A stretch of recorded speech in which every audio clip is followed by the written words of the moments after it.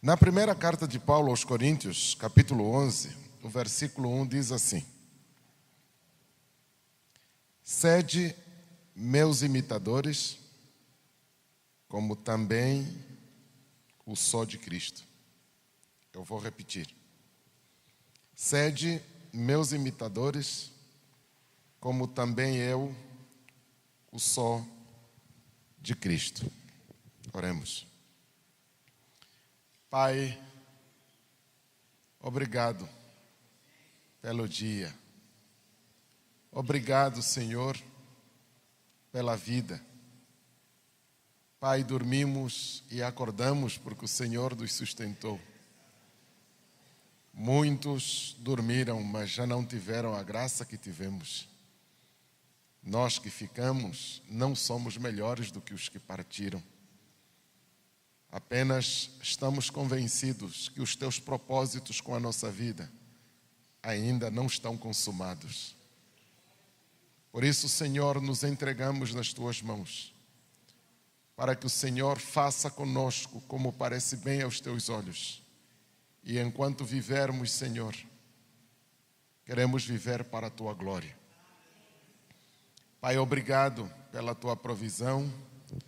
Obrigado pelo teu cuidado. Obrigado por nos teres reunidos, nos teres congregado, ó Pai, mais uma vez, para darmos continuidade ao que começamos, esta conferência, esta reflexão em torno da sua palavra, dos desafios da sua igreja, da necessidade, ó Pai, de nos envolvermos inteiramente na sua obra, não mais por necessidade, mas por vocação, Senhor. Pai, abra o nosso entendimento. Pai, prepare o nosso coração e nos mantenha sintonizados com a tua voz. Não permita, Senhor, que coisa alguma nos distraia. Não permita que coisa alguma nos roube a atenção, Senhor, mas mantenha-nos ligados à tua voz, Senhor. As problemáticas à nossa volta, Senhor, que sejam suspensas nesse instante, Senhor, porque queremos estar envolvidos única e exclusivamente com a tua voz, com a tua palavra, Senhor. Fale ao nosso coração, Senhor. Alcance, Senhor, o nosso ser e encontre, ó Pai, as respostas de que precisamos e responde às nossas necessidades, Pai. Que a tua palavra não só nos desafie, mas nos transforme e nos torne mais parecidos com Jesus, porque é isso que nós desejamos, Senhor. Pai, nas tuas mãos nos rendemos, reconhecendo as nossas fraquezas, reconhecendo as nossas limitações, reconhecendo a nossa imperfeição, mas também reconhecendo a grandeza e a profundidade da tua palavra. Por isso, rogamos que o teu Espírito Santo se mova com liberdade e seja ele o leal intérprete deste versículo que nós lemos. Ó Pai, para a tua glória e para o teu louvor, nós oramos agradecidos em nome de Jesus. Amém. Amém. Por favor, podem sentar.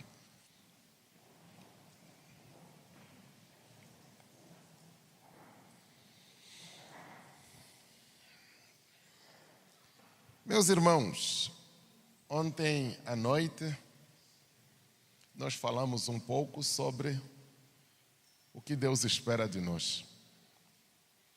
A nossa vida não é fruto do acaso, mas é reflexo de um propósito, é reflexo de uma intenção que vai muito além de nós. Deus nos trouxe à existência, Deus tem propósitos com a nossa vida. Então Ele sabe o que espera de nós, o que espera de cada um dos presentes aqui. Dissemos que há uma ordem na criação. Há uma ordem na criação. Ordem essa que a humanidade precisava aprender. O Pai ordena, o Filho executa e o Espírito paira. Essa ordem se reflete em casa. Essa ordem se reflete em casa. Então, o pai que quiser aprender a ser pai, olhe para Deus O filho que quiser aprender a ser filho, olhe para Jesus. E a mãe que quiser aprender a ser mãe, olhe para o Espírito.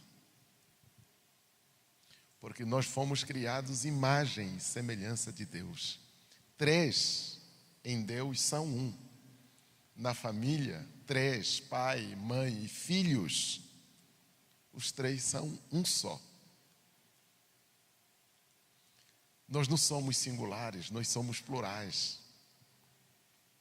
O cuidado e a responsabilidade que devemos ter uns com os outros é o cuidado e a responsabilidade que Deus tem consigo mesmo. Quando deixamos a casa para ir à igreja, nós encontramos a mesma lógica, a mesma ordem de fazer dessa pluralidade a unidade. Então, quem não sabe ser pai em casa, não vai sabê-lo na igreja. Quem não sabe ser filho em casa, não vai sê-lo na igreja. Quem não sabe ser mãe em casa, não vai sê-lo na igreja.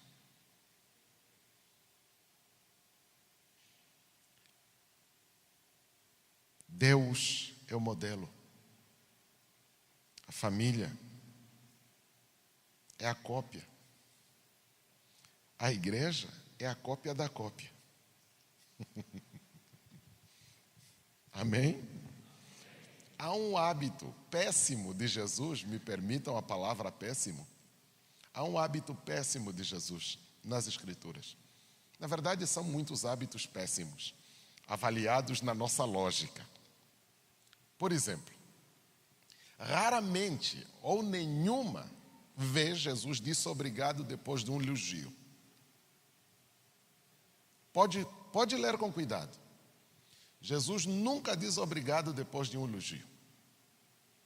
Uma vez, os herodianos, os discípulos dos herodianos e os saduceus chegaram. Mestre, sabemos que és verdadeiro, vindo de Deus, que não julgas segundo a aparência, mas segundo a verdade. Jesus disse, hipócritas. Foi a resposta dele, hipócritas. Outro dia foi Nicodemo. Jesus, sabemos. Nicodemo, vá se converter, Nicodemos. Nós achamos que isso é mau hábito, né? Mas Jesus é assim.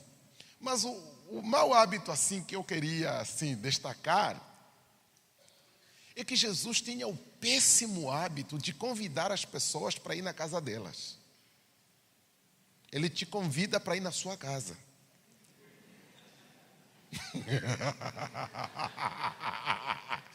É verdade, é um hábito de Jesus. Se você ler o capítulo 9 de Mateus, você vai encontrar lá, Mateus, siga-me. Aí Mateus segue Jesus. Para onde é que Jesus leva Mateus? Para a casa dele. Zaqueu, desce depressa, hoje me convém pousar aonde? Opa! É engraçado. Mas atrás desse gracejo, há uma razão de ser. Se você tiver que ser cristão, o ponto de partida não é na rua, não é na igreja, não é no templo. Vamos começar em casa. Vamos começar em casa. Isso é extremamente interessante e às vezes nós queremos aprender a coisa de maneira diferente. Queremos aprender a ser crente na igreja para depois sê-lo em casa. Não, primeiro em casa, depois na igreja.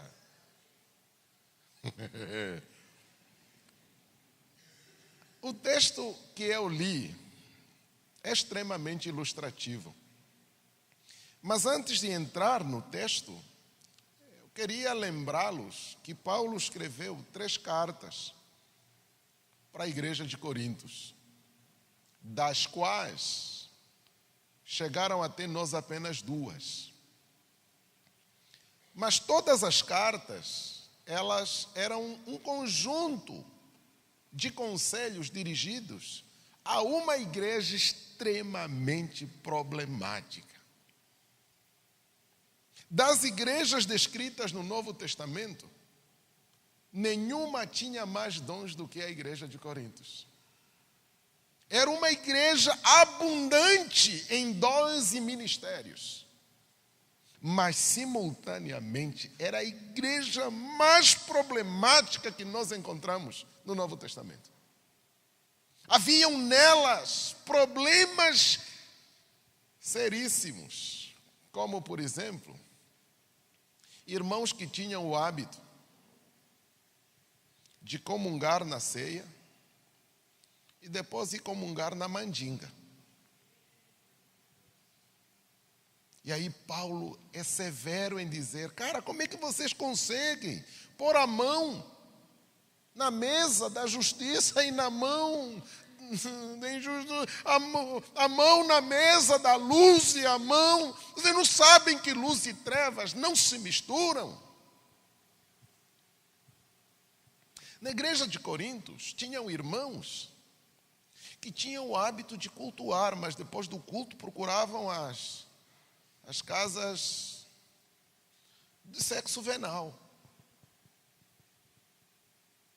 E aí Paulo é severo. Você não sabe que quem se junta com a meretriz se faz com ela uma pessoa? Está lá, é só ler a carta. Mas o pior de todos é a igreja tolerar um filho que estava mancomunado com a madrasta. Todo mundo sabia na igreja, menos o pai do menino.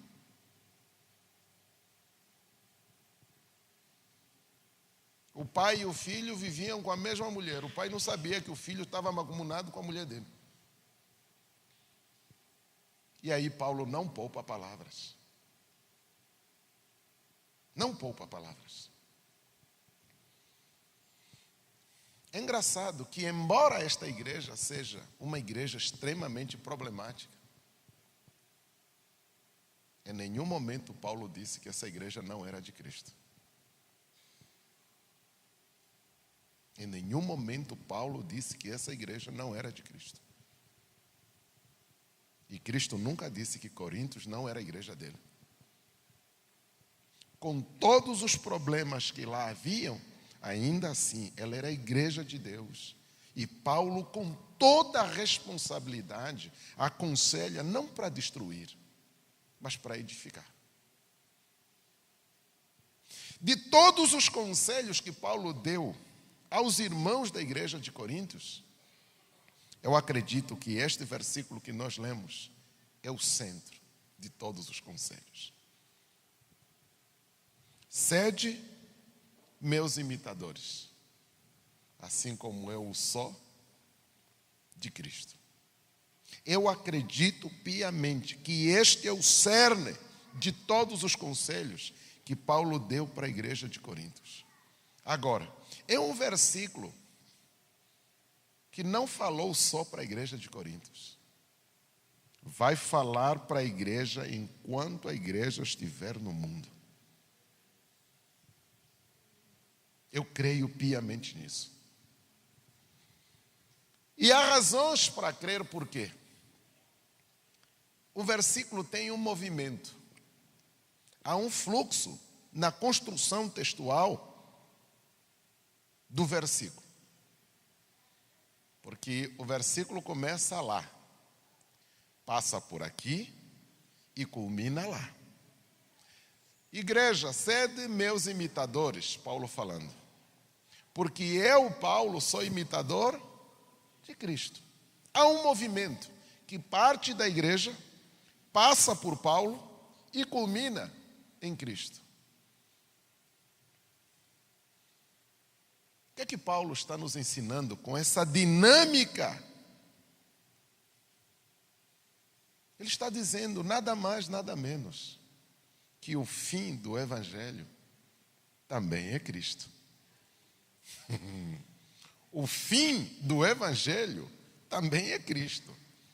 Então, Cristo é o começo e o fim do Evangelho. Sem Cristo não há Evangelho. Sem Cristo não há igreja. Sem Cristo não há restauração. Não há começo. Você pode dizer, mas pastor, isso é óbvio. Não, não é óbvio. Pode ser óbvio no entendimento, mas na vivência não é tão óbvio quanto parece. Por quê?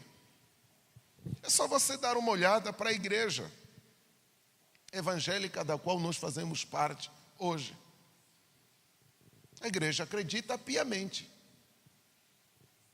que o evangelho se preza a um fim. Qual fim? A grande maioria pensa que o fim do evangelho somos nós. Sim ou não? Está errado. Está errado. O fim do evangelho não somos nós. Como é que foi o culto? Foi legal. O que você queria? Eu queria assim, um culto mais. Ui.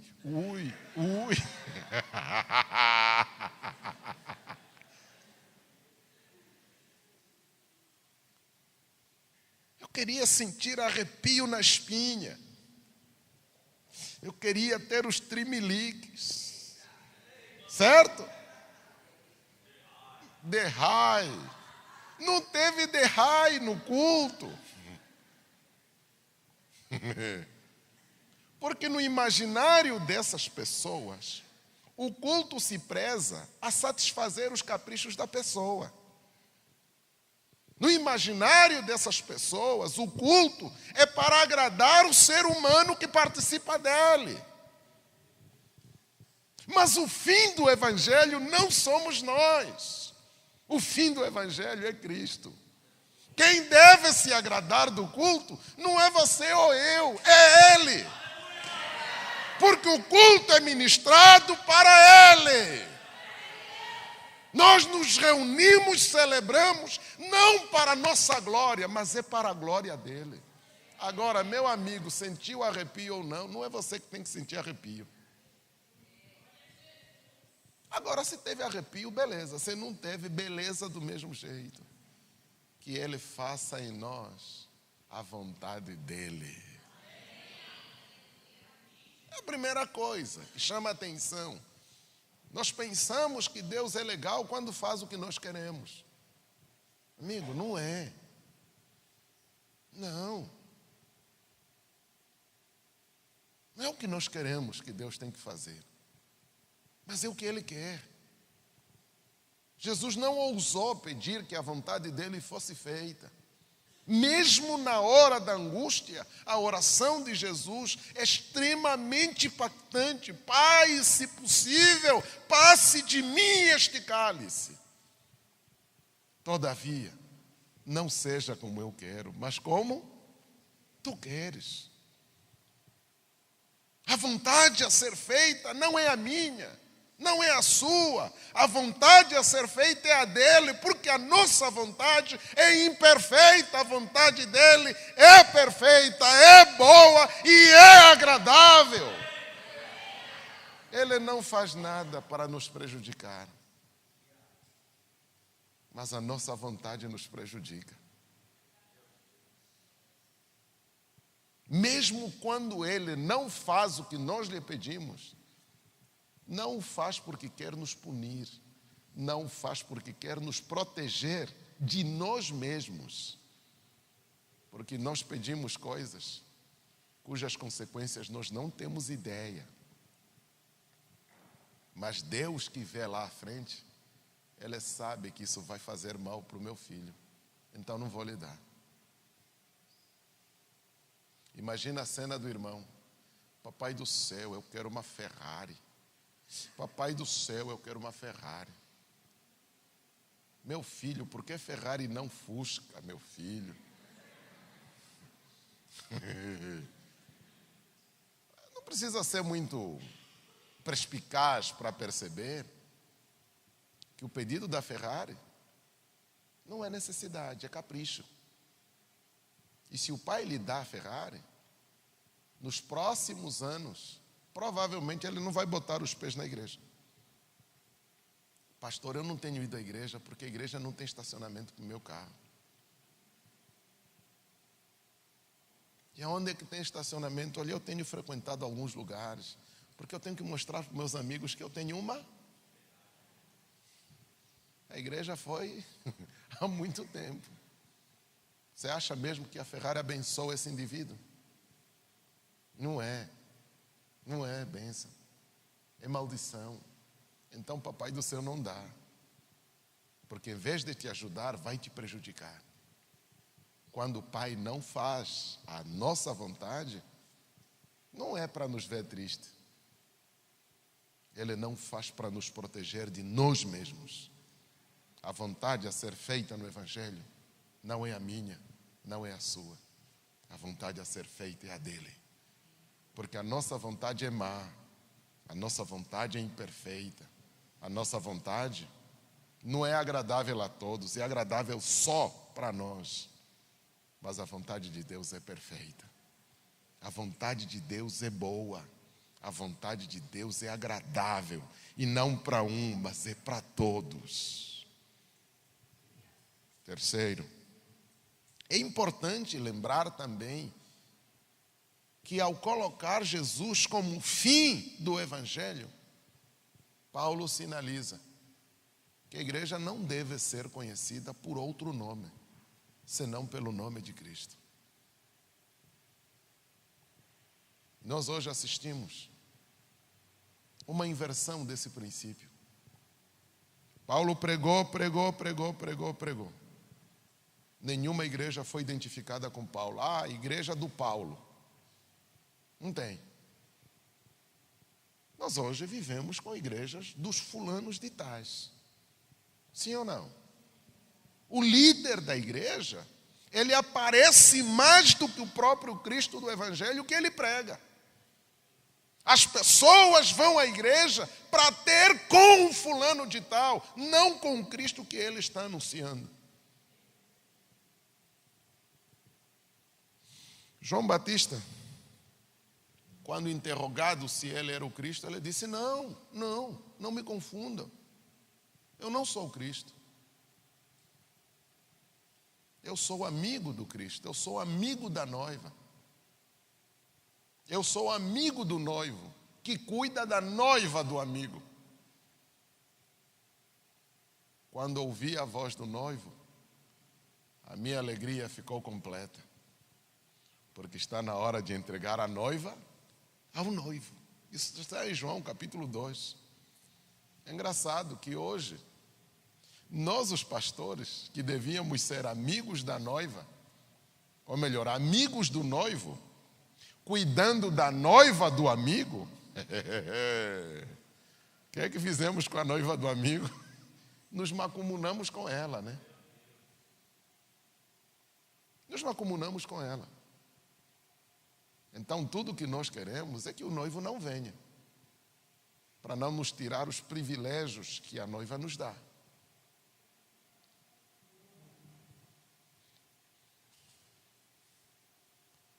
Dói dizer essas coisas, mas eu digo com toda a responsabilidade, porque é isso que a gente está vivendo. A igreja está abraçada aos líderes. A igreja abraçou as pessoas que estão à frente. E os líderes gostam desse tipo de coisa. Nós, os líderes, gostamos desse tipo de coisa. Mas não somos nós. Por isso Paulo não pede que as pessoas fiquem com ele. Ele aponta para Cristo. Eu sou apenas o amigo que também está imitando o amigo. Então, se vocês me imitarem, no final das contas, todos seremos parecidos com quem? Com Cristo. Não é assim que a gente está vivendo hoje. E as dificuldades não são poucas, não são pequenas, resultantes disso.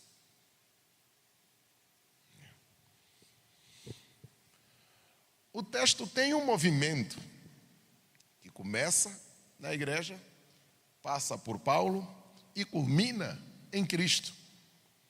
É engraçado que, se você prestar atenção, a construção que Paulo usa é uma construção que tem uma pitada de arrogância, se você não prestar atenção. Por quê? Irmão Paulo, por amor de Deus, não seria mais fácil você dizer assim: Igreja de Corintos, sede imitadores de Cristo, assim como eu sou imitador dele? Não seria legal assim? Irmão, pedir para a igreja te imitar, quando ela pode imitar? Irmão, você está sendo arrogante. Paulo diz, olha, isso aí poderia ser válido com qualquer igreja. Tratando-se da igreja de Corintos, eu não peço isso, eu peço que eles imitem a mim, porque eu estou imitando a Cristo. Há aqui uma série de coisas que precisam ser explicitadas. Por que que Paulo constrói o texto, chamando e convocando a igreja para si, enquanto ele se dirige para Cristo? Por uma razão simples. Presta atenção. Primeiro,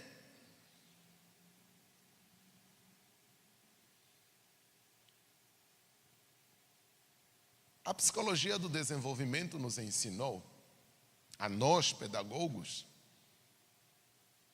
que cada faixa etária tem os seus critérios de aprendizagem. Não se ensinam crianças da mesma maneira como se ensinam adolescentes, e não se ensinam adolescentes da mesma maneira como se ensinam adultos. As crianças têm o seu jeito de aprender, os adolescentes têm o seu jeito de aprender, os adultos têm a sua forma de aprender. Cada faixa etária, ela obedece os seus critérios de aprendizagem. Se você não leva isso em consideração, você frustra o processo de ensino e aprendizagem. Se não, veja, quanto menor for a criança, provavelmente o livro dela não tem uma única letra. Só figuras. E figuras coloridas. Sim ou não? É uma figura. Só figura, só figura. Mas à medida em que ela vai crescendo, as figuras vão sumindo. E as palavras vão aparecendo. Primeiro as letras, as palavras, as frases, e vai aparecendo. Até que ela se torna adulta, os livros dela já não têm uma única figura. Olha para a sua Bíblia, por exemplo. Provavelmente não tem uma única figurinha. Mas se você pegar a Bíblia do seu filho pequenininho, provavelmente não tem nenhuma letra. Só histórias por imagens, né? Por quê? Porque o adulto tem a capacidade de abstração. Você fala árvore, ele não precisa ver árvore, porque ele já tem a imagem da árvore nela. Mas quando você diz árvore para a criança, se ela não tocar, ela não ver, ela não sabe o que árvore é. Então a criança não aprende com raciocínio. A criança aprende com os sentidos. Para aprender, a criança precisa tocar. A criança precisa cheirar. A criança precisa pôr o dedinho. Às vezes ela põe até no lugar errado, né? Na tomada, né? Oh, papai, tô doido. Aprendeu, filho. Aprendeu. Ela precisa disso. Papai, nossa, que cheiro bom, papai. Não, papai, tá fedido, papai. Que fedor, papai. É assim que ela aprende. Ele aprende com os sentidos.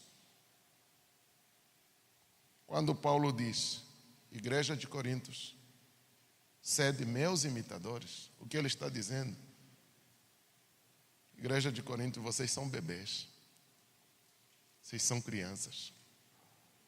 Vocês aprendem com os sentidos, porque ainda não têm capacidade de raciocínio, não conseguem abstrair.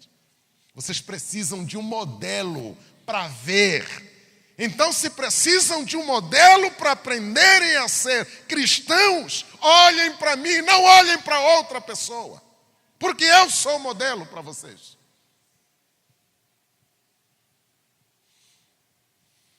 Se precisarem tocar, toquem em mim. Se precisar cheirar, cheirem a mim. Se precisarem ouvir, ouçam a mim. Se precisarem, eu sou o modelo de Cristo para vocês. Porque tudo o que eu sou é aquilo que eu tenho imitado da pessoa de Cristo. O que isso tem a ver conosco? Presta bem atenção. É que a igreja evangélica brasileira está infantilizada. É uma igreja que se move pelo que vê. É uma igreja que se move pelos sentidos.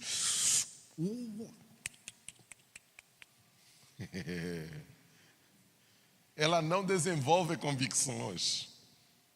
Mas o que ela sente? Olha, eu estou sentindo de Deus. Mano, não tem que sentir, tem que crer. Não é o que você sente, creia. Criança é que sente, vive pelos sentidos. O adulto não. O adulto vive pelas convicções. Eu posso sentir. Mas a avaliação que eu faço do que estou sentindo, de repente, não é boa. Daí não resulta que eu deva me entregar. Porque a convicção que eu tenho não me permite fazer tal coisa. Criança é que se move pelo que sente. É uma igreja infantilizada. Igreja infantilizada. Quando a criança começa a aprender a falar, ela desenvolve uma admiração e um fascínio por uma palavra. Não é papai, não é mamãe, não é nada disso. Dá. Sim ou não? É simples. Olha para as crianças. 2 aninhos. Dá.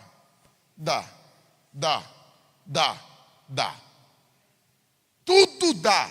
E aí os psicólogos dizem que nessa faixa etária, elas não fazem distinção entre elas e o mundo. Elas e o mundo são a mesma coisa. Então, tudo que está no mundo é delas. Por isso dá. Pega o brinquedo da outra criança como se fosse dela. E ela é capaz de brigar com qualquer um. Porque aquele brinquedo, na cabecinha dela, o brinquedo é dela.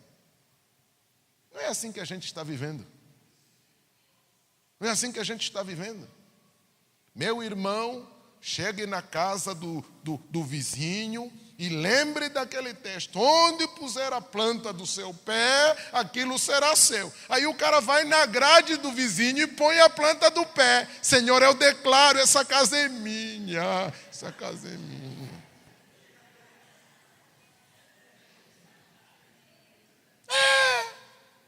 Amigo, para a casa ser sua tem uma estrada longa. Não é só pôr lá o pé. Não é isso que o texto bíblico está dizendo. Nós deslocamos o texto do seu contexto e criamos um pretexto para apelar para aquilo que nós queremos. Papai me dá, papai me dá, papai me dá. Porque nós acreditamos que tudo é nosso. É a história do irmão que chega na igreja. Pastor, ore por mim, domingo eu vou fazer um concurso público e eu tenho que passar nesse concurso público. Amém, irmão, vamos orar. Mas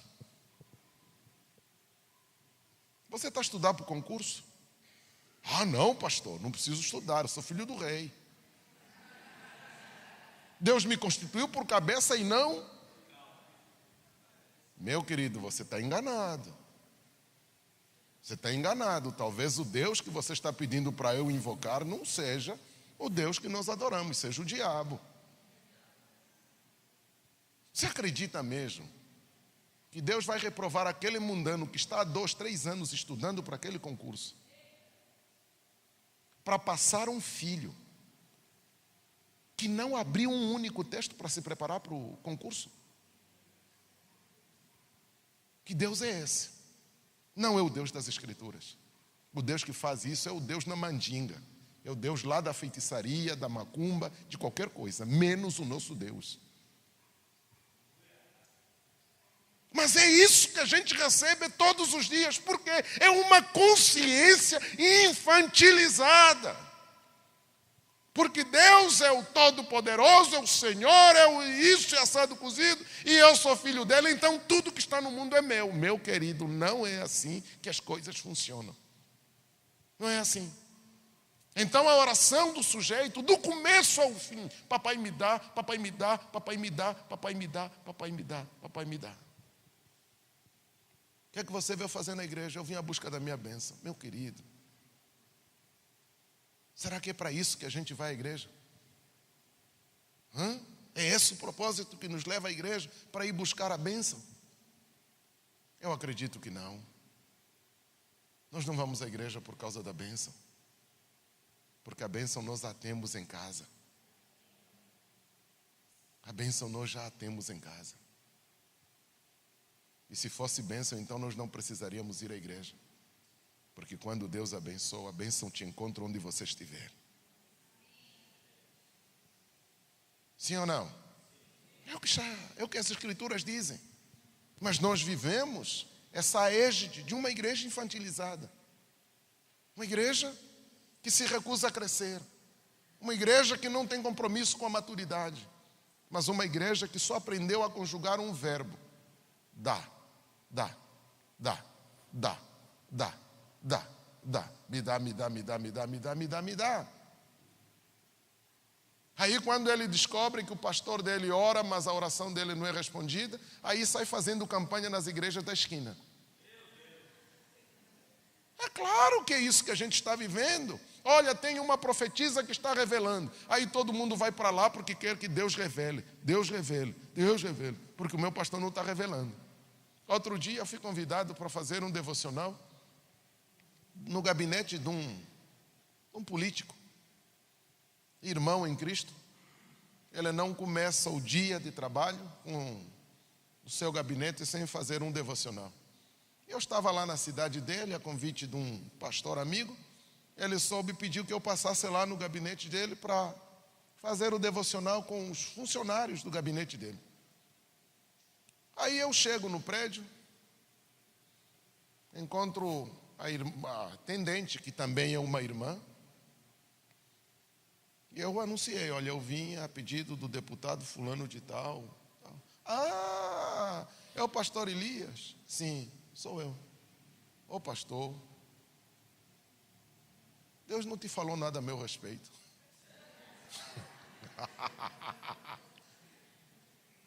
Deus não te entregou nenhum recado para mim. Eu achei aquilo estranho. Mas por quê? Por que Deus tinha que mandar um recado para você? Não, é que estou orando e eu tenho convicção, se tu é homem de Deus, você tem um recado de Deus para mim.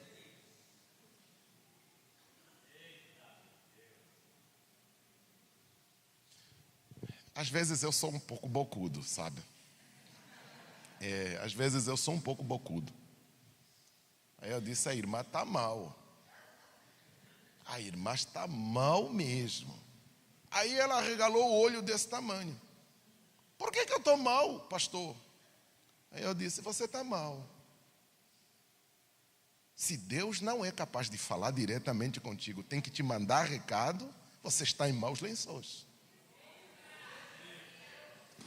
Aí a irmã murchou na hora. Não falou mais nada.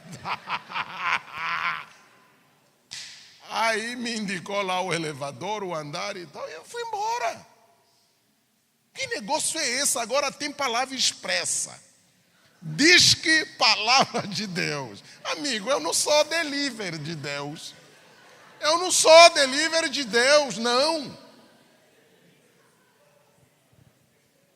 Mas é este o modelo dessa igreja infantilizada na qual nós estamos inseridos. Ela não cresce. Não tem coragem de falar com o pai, manda a mãe. Não tem coragem de falar com a mãe, manda o pai. Amigo, é seu pai, é sua mãe, fale. A minha mãe tinha... Ai, que saudade daquela mulher. O meu pai era um sujeito de poucas palavras. Não falava muito, não. Mas era muito certeiro no que ele dizia. Mas a palavra do meu pai era muito dolorosa. Muito dolorosa. Nós preferíamos apanhar da mãe, porque a mãe batia mesmo. Né? Depressão saía no chinelo, sabe? É verdade, verdade. Porque baleia azul, vai ver o que a baleia azul vai fazer com... É o couro que você vai comer. Mamãe batia, mas o papai conversava. Acreditem, nós preferíamos apanhar da mãe a ter que conversar com o pai. Então, nós desenvolvemos um hábito de usar a mãe para intermediar a nossa aproximação com o pai. Porque tínhamos medo do pai nos chamar para bater um papo. E mamãe sabia disso era uma leveza tão... A gente chegava já com aqueles truques de filho, né? Querendo fazer algum pedido no pai, não temos coragem, então vai papiar a mãe, vai com mimimi na mãe, querendo alcançar o pai. E mamãe sempre, vem cá, vamos conversando. Aí você sem perceber, enquanto você fala, ela está andando, e você vai seguindo. Mãe, então, vai seguindo. Quando você assustar, está de cara com o pai. Tá que o seu pai converse com ele. Não é comigo que você tem que falar, é com o pai. A conversa sua é com o pai. Está aqui, papai, o seu filho quer conversar com você. Aí lascou, já não tem como voltar atrás. Era muito interessante isso. Quer dizer, essas crianças mimadas, infantilizadas, que nós viramos, esses crentes infantilizados que nós nos tornamos, somos esses. Nós não temos coragem de acessar o Pai e a gente sai correndo atrás dos outros. Ora por mim, todo mundo ora por mim, ora por mim. E você, enquanto a gente ora, o que é que você está fazendo? Eu estou na rede balançando. O texto bíblico diz que o véu está rasgado, né? Rasgou de alto a baixo. Todos agora têm acesso ao Pai. Então você já não precisa do pastor para orar por você, porque você pode orar por você mesmo. Não estou dizendo que nós, pastores, não vamos orar pelas ovelhas, nem estou dizendo que as ovelhas não devem orar pelo pastor, não estou dizendo que não devemos orar uns pelos outros. O que eu estou dizendo, sim, meu irmão, antes que a gente ore por você, é importante que você ore por você mesmo. Não é o que a gente tem assistido. Porque as pessoas terceirizam o que deviam fazer aos outros. O pior é que tem pessoas que gostam disso. Não, deixa quieto, eu vou orar por você. Você pode ficar descansado que eu vou orar por você. Você pensa que fazendo isso está fazendo bem para ele, quando de fato você está prejudicando. Está prejudicando. Não há mais mediadores entre nós e Deus, porque todos os canais estão abertos para nós acessarmos o Pai, acessarmos o Filho, acessarmos o Espírito Santo. Não há mais barreiras. Agora, quem não tem acesso a eles não é porque Deus... Não, ele não tem acesso porque ele não quer. É a história do filho que chega para o pai e diz: eu te sirvo há tantos anos, nunca me deste um cabrito para eu me alegrar com os meus amigos.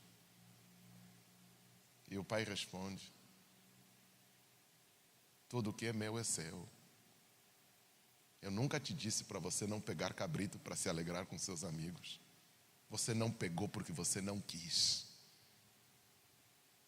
É a história de irmãos que se acomodam comendo as migalhas que caem da mesa do pai, E o pai está lá à mesa, espera que o filho saia de baixo e se sente. Porque a comida que está posta não é para o pai, é para ele. Mas ele gosta de comer as migalhas embaixo da mesa. Se não, veja. Quantas vezes você ouve o pai falar com você? Só do domingo, na pregação. Amigo, você está morrendo de fome, então. Morrendo de fome. Porque o pai fala com você todos os dias. Mas você está infantilizado, se recusa a ouvir o pai falar. E vem no domingo para receber as migalhas que caem da mesa, né?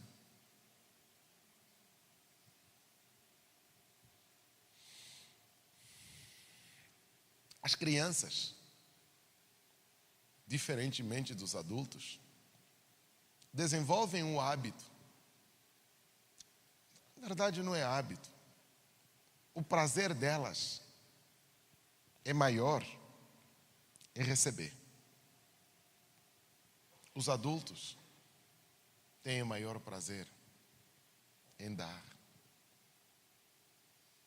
Eu gosto muito da frase, do verso de um poema de Agostinho Neto, um poeta angolano, que diz assim: eu não sou aquele que espera, eu sou aquele de quem se espera.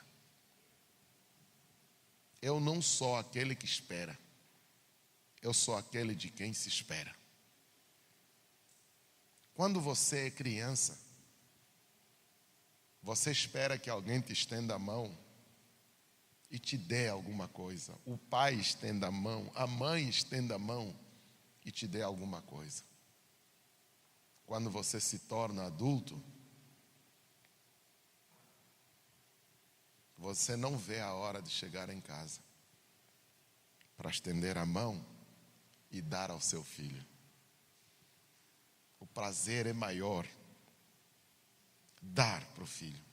Aliás, você trabalha por eles, você faz o que faz por eles. O maior prazer do pai e da mãe é dar, porque a mãe e o pai não são aqueles que esperam, mas são aqueles de quem se espera. O filho não é aquele de quem se espera, mas é aquele que espera. Quando filhos, nós esperamos pelos nossos pais. Quando nos tornamos pais, nós somos aqueles que são esperados. Então, quando Paulo diz, mais bem-aventurada coisa é dar do que receber, isso não é válido para todos. Isso é válido para os adultos. Porque as crianças não entendem o versículo desse jeito. Eu tenho dito com muita alegria e com muita responsabilidade, que o maior prazer de Deus não é nos abençoar, não é nos dar o pão de cada dia. O maior prazer de Deus é nos dar o padeiro e a padaria junto. Tome, faça o pão que você quiser e distribua.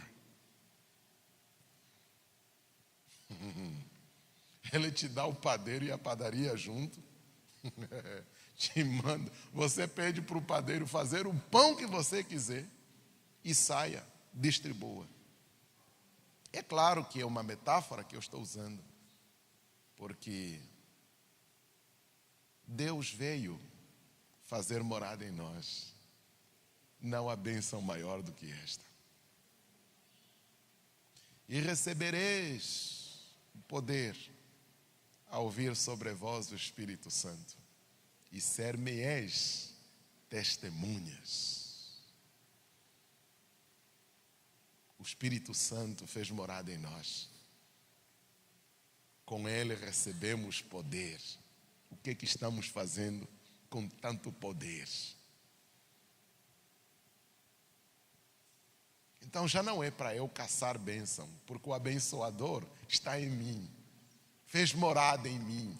Não há nada além dele que eu espere do Senhor, porque tudo que eu tinha que receber eu já recebi. Agora é minha tarefa ser dispenseiro dessas coisas que recebi. É isso que a igreja não está sabendo fazer. Então a gente pensa que o fulano é abençoador e a gente corre atrás dele. Quando abençoador somos todos. Qual é o problema?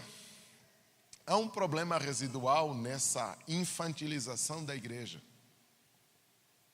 Dessa igreja que está com a mão estendida, me dá, me dá, me dá, me dá, me dá, me dá. É um problema residual. A Bíblia diz que quando nos convertemos, nascemos de novo. E eu creio que nascemos de novo de fato. No entanto, se nascemos de novo, somos bebés, espiritualmente falando. Assim como é bebê biologicamente qualquer bebê. Só que há uma diferença entre o ser bebê biológico e o ser bebê espiritual. Qual é a diferença? O bebê biológico só espera dos pais que criem as condições favoráveis.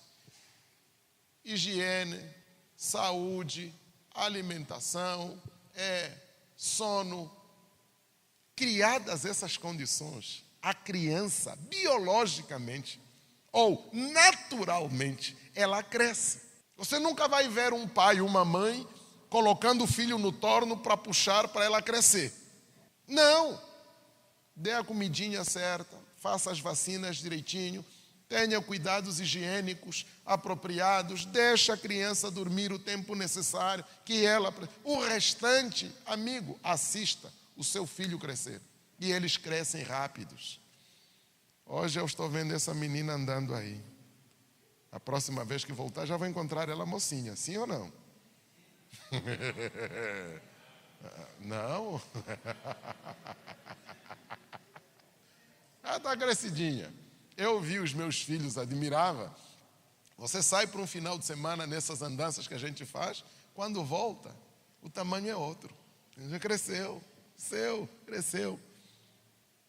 Enfim, espiritualmente, embora a gente tenha nascido de novo, Deus cria as condições favoráveis para nós. No entanto, a diferença surge aqui. É que se você não quiser crescer, você não cresce nunca. Essa é a diferença. Biologicamente a gente cresce naturalmente. Espiritualmente, para crescer, você tem que querer. Sem querer, não há crescimento. Então você vai encontrar irmãos que estão há 20, 30 anos na igreja. Continuam o mesmo bebê, papai me dá, vocês oram por mim, vocês oram por mim, vocês oram por mim. Ele não ora por ninguém, mas todo mundo tem que orar por ele. Por que o irmão está há tantos anos na igreja e não cresceu? Não cresceu porque ele não quer. Não cresceu porque ele não quer. Na igreja não cresce quem não quer, porque se você quiser, é uma questão de querer. E não basta um querer, tem que ser um querer ardente. Meu pai, um certo dia, disse assim: filho, se você quiser ser sábio, se comprometa com a leitura deste livro. E aí me entregou a Bíblia. Eu perguntei, mas como? Filho, apenas leia. Mas pai, eu posso não entender. Filho, não discuta, apenas leia. Irmãos, eu mergulhei numa maratona de leitura bíblica. Teve uma época da minha vida que eu não dormia sem ler, no mínimo 20 capítulos por dia. Era o meu compromisso com Deus. Se não conseguisse ler de manhã, à noite eu não podia dormir sem ler os meus 20 capítulos.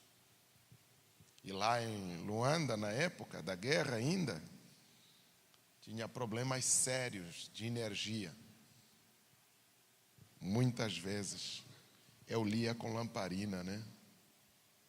lamparina de lado, lendo. Se eu não terminar a leitura bíblica, eu não durmo.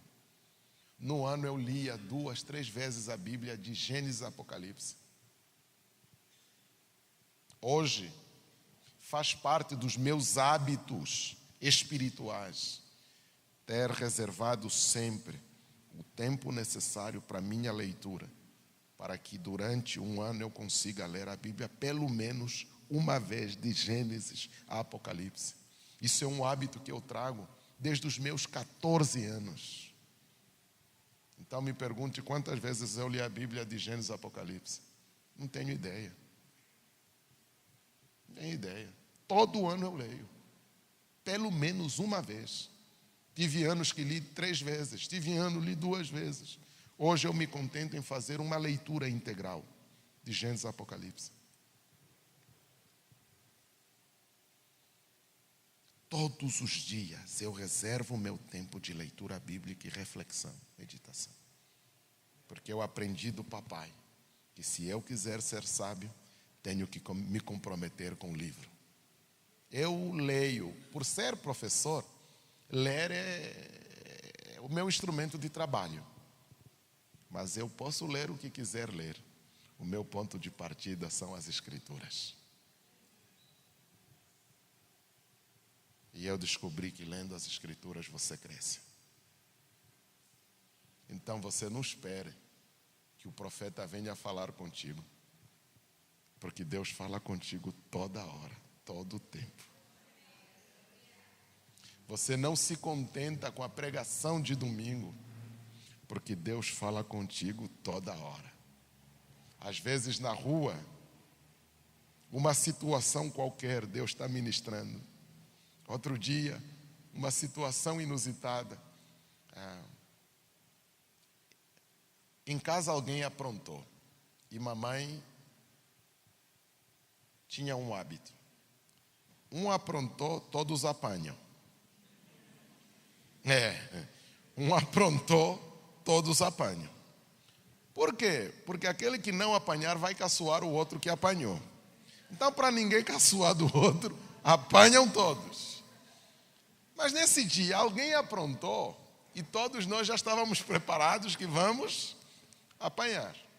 Mas alguém disse que quem tinha aprontado era o meu irmão mais novo, inclusive já falecido. Irmão mais novo é que tinha aprontado. Então minha mãe, antes de dar a coça em todos os filhos, começou por repreender o meu irmão, de quem disseram que tinha aprontado. Então meu irmão foi repreendido e tal e tal. Meu irmão ficou bravo e virou as costas para a mãe.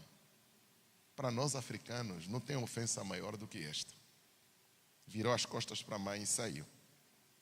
Todo nervoso porque não tinha sido ele. Engraçado que ele sai andando, chutando as coisas no caminho, né? Todo bravo. Ele vê que na rua em que ele estava andando, vinha lá ao longe um louco. Todo maltrapilho, sujo, vinha. Aí meu irmão, vendo o louco vindo por esse lado, ele estava desse lado, mudou de ala na rua. Aí o louco, quando vê o meu irmão mudando de ala, o louco também mudou de ala. Meu irmão disse, lascou. Eu vou descarregar a minha fúria no louco. Se esse cara tentar pegar, eu vou descarregar a minha ira sobre ele. Aí o meu irmão foi desse lado, o louco foi de novo. Aí o meu irmão já começou a se preparar para brigar. Mesmo furioso, queria descarregar em alguém. É legal. Quando chegou assim a alguns metros, uns 5 metros mais ou menos, o louco parou diante do meu irmão e disse, é assim que tu és? E ainda dizes que tu és cristão? Como é que você vira as costas para sua mãe? Esse louco, meu irmão, nunca viu esse. O meu irmão que estava preparado para brigar, na hora se desarmou. E o louco disse: volta lá, vai lá pedir perdão para sua mãe. Aí o louco passou, foi embora.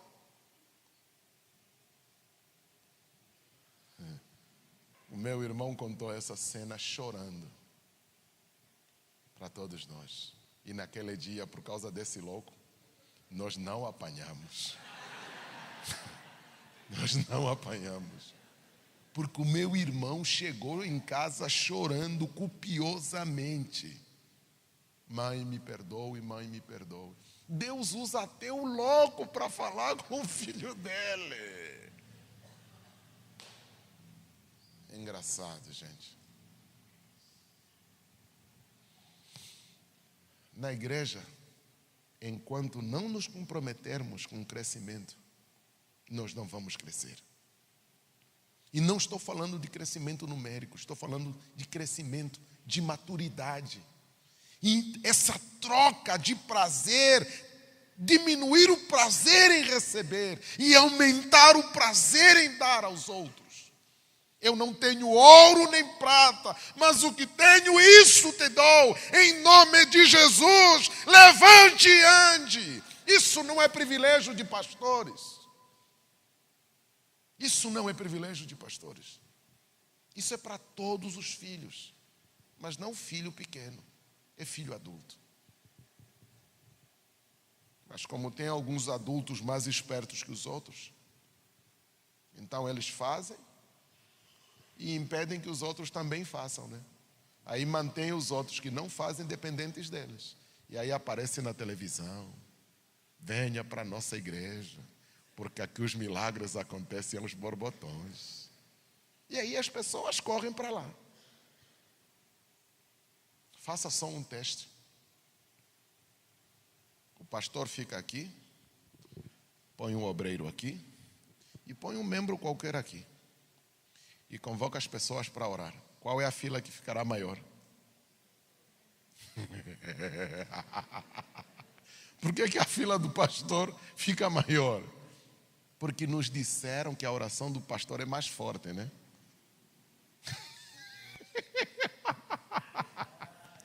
Quem disse que a oração do pastor é mais forte?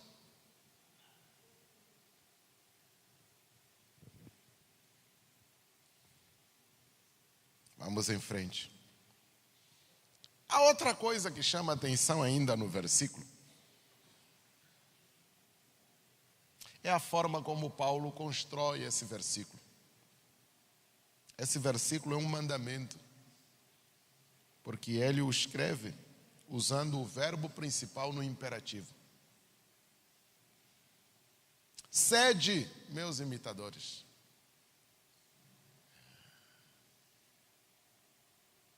Todos os mandamentos na Bíblia, eles têm os verbos principais no imperativo. São ordens.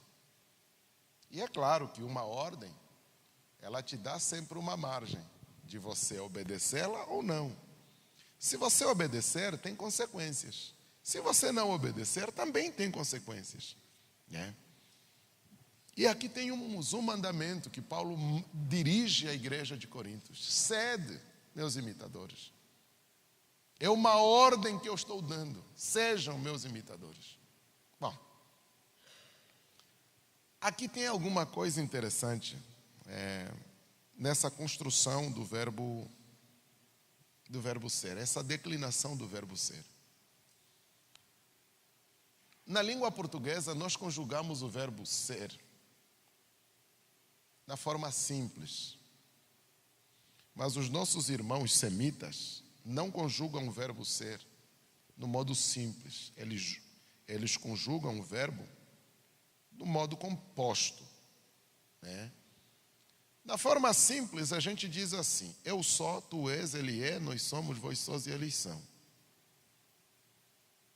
Só que quando você para refletir em torno da afirmação dessa conjugação, ela não é de toda verdadeira. Eu sou, tu és, ele é, nós somos, vós. Meu irmão, você é. Fala para mim. Você é? Eu sou? Você acredita que eu sou?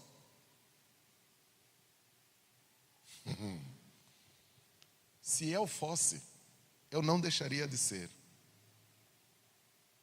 Se eu fosse, eu não me tornaria. Porque aquilo que é, não deixa de sê-lo. Tudo bem ou não? O que é, é. Não pode não ser. Mas o que não é, não pode ser. Você é? Eu acredito que não. Porque eu também não sou. Eu fui,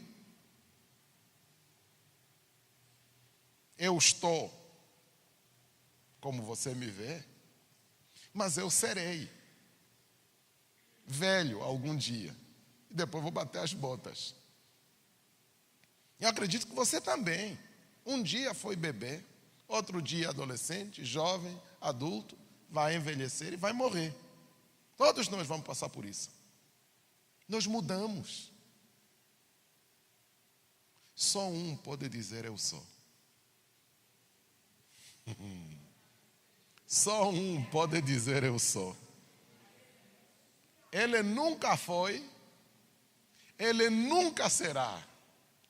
Ele apenas é. Nele não há variações, nem sombra de variações. De eternidade a eternidade, ele é. Por isso, toda vez que ele se apresentou aos patriarcas, ele dizia sempre: eu sou o Deus de Abraão, eu sou o Deus de Jacó, de Isaac, eu sou o Deus de Jacó. Ele não diz eu fui Deus de Abraão, não, eu sou o Deus de Abraão. Ontem eu sou, hoje eu sou, amanhã eu sou. Mas eu não posso dizer isso, porque ontem eu fui, hoje suponho que seja, amanhã eu serei outra coisa que não é isso que vocês estão vendo. Então a melhor maneira de conjugar o verbo ser é em tempos compostos. Como é que ficaria? É isso que os irmãos semitas fazem. Eles não dizem eu sou, eles conjugam dizendo eu estou sendo. Tu estás sendo. Então nós somos o sendo. Porque estamos no processo de nos tornar o tempo inteiro.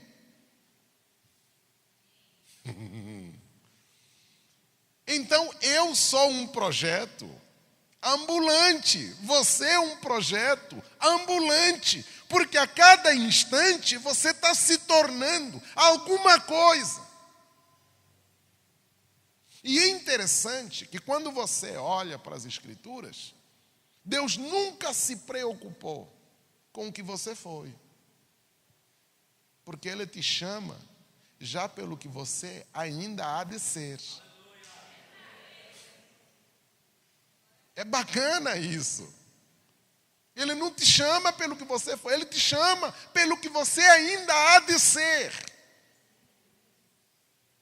Porque Ele conhece a sua identidade. E Ele sabe no que vai dar esse processo de tornar-se sempre. E Ele sabe o que é melhor para você. Então, o que Paulo está dizendo, sede meus imitadores, na verdade, aí na forma composta ficaria muito melhor. Torne-se o que você quiser, mas não esqueça de ser parecido com Jesus. Porque as possibilidades são infinitas. O que é que você quer ser? Eu quero ser professor. Legal, seja um professor parecido com... eu quero ser médico. Beleza, seja um médico parecido com... eu quero ser engenheiro. Seja um engenheiro parecido com... eu quero ser psicólogo. Seja um psicólogo parecido com... Ah, eu quero ser o batera da igreja. Opa, seja o batera da igreja parecido com... Escolha. Mas não esqueça de sê-lo parecido com...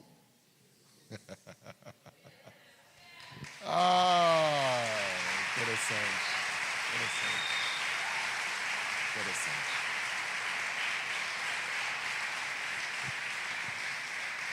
O que me emociona nessa estrutura, não é isso. É porque que eu tenho que ser o que eu quiser, mas parecido com Jesus. É que o princípio que está embutido nessa forma, nessa construção, é aquela segundo a qual esse processo não acaba aqui. Qualquer dia, essas luzes vão se apagar. E do outro lado alguém estará à tua espera para te dar boas-vindas. É isso que me alegra e me entristece ao mesmo tempo. A teologia contemporânea, o evangelho que está sendo pregado por aí, ele te manda até ser, mas não te prepara para as boas-vindas do outro lado. Alguém do outro lado vai te dar boas-vindas. E ontem, quando o pastor lia Mateus capítulo 25, eu dizia, confirmação da tua palavra. Porque do outro lado tem alguém para nos dar boas-vindas. Ou é Jesus, ou é o capiroto. Acredite. Ou é Jesus, ou é o capiroto. Mas só vai te dar boas-vindas aquele com quem você se parecer. É isso. Só vai te dar boas-vindas aquele com quem você se parecer. E aqui não há meio termo. Ou você se parece com Jesus, ou você se parece com o capiroto. Não há meio termo. Então você é médico. Que médico é? Parecido com quem? Você é professor? Ótimo. Professor parecido com quem? Engenheiro? Ótimo. Engenheiro parecido com quem? Não importa. Qual é a sua profissão, o exercício da sua vocação? Com quem você se parece? Se não é com Jesus, é com o capiroto que você se parece.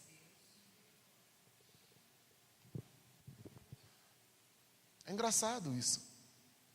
Quando você olha, por exemplo, para a dinâmica social na qual nós estamos inseridos, aí você vai vendo os tipos de cristãos que nós viramos. Certa feita alguém disse a seguinte frase e me marcou muito. Por que eu, quando me sento ao lado de um monge budista, eu tenho a sensação de estar sentado de um homem espiritual? Mas quando me sento ao lado de um pastor, eu tenho a sensação de estar sentado ao lado do empresário. Nós, os pastores, hoje nos parecemos mais com empresários e menos com Jesus.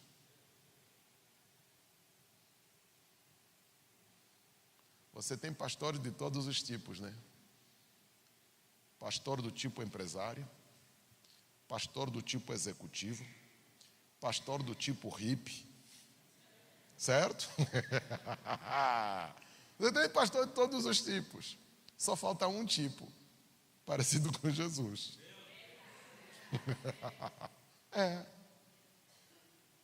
Rareiam aqueles pastores que você diz, cara, eu estou sentindo o cheiro de Deus nesse cara. É mais fácil sentir cheiro de dinheiro. Você chega perto, sente cheiro de dinheiro no cara. Mas cheiro de Deus, cheiro de Jesus, está complicado. Meu irmão, e eu não estou falando só de nós, pastores. Estou falando dos membros, das ovelhas, de todo mundo. Escasseiam aquelas pessoas que você chega perto. Mesmo que a pessoa não diga nada, você sabe que está diante de um servo, de uma serva de Deus. A presença da pessoa já faz bem para você. Mesmo que ela não diga uma única palavra. Porque muita gente que seguia Jesus não o seguia por causa do que ele dizia.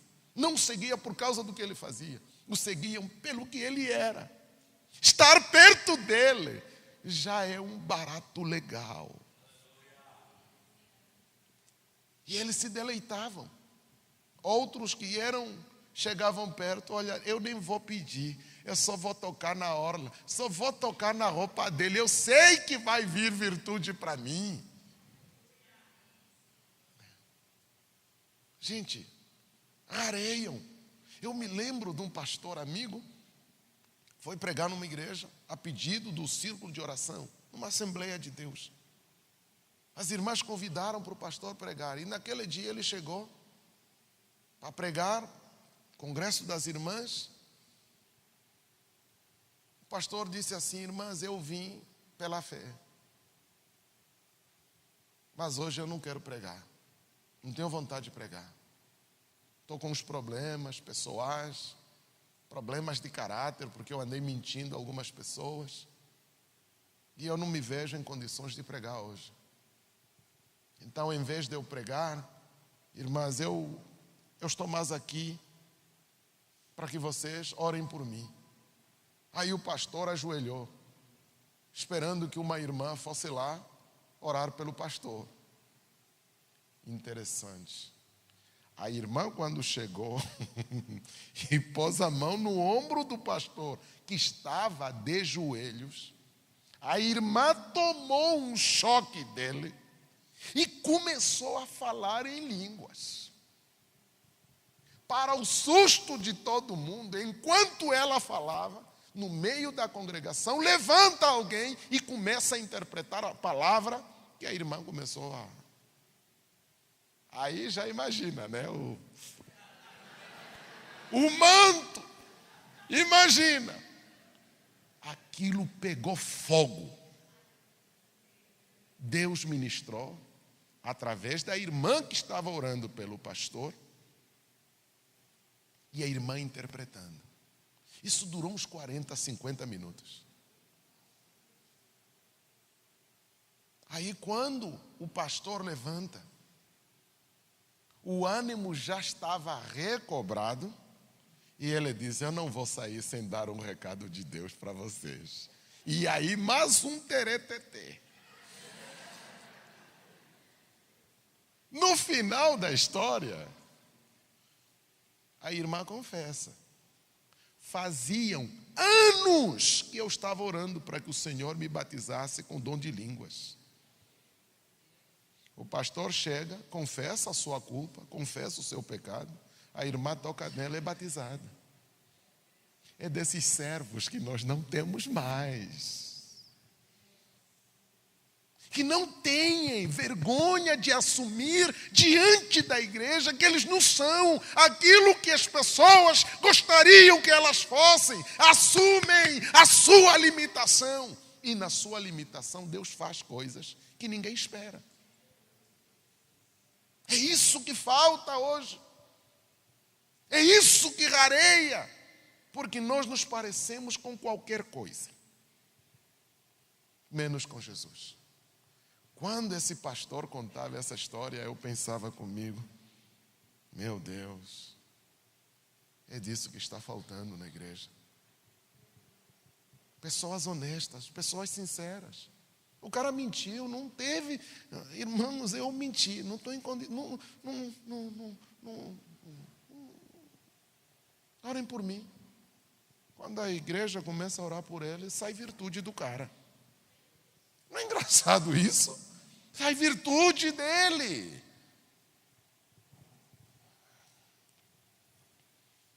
Não importa o que você escolheu ser.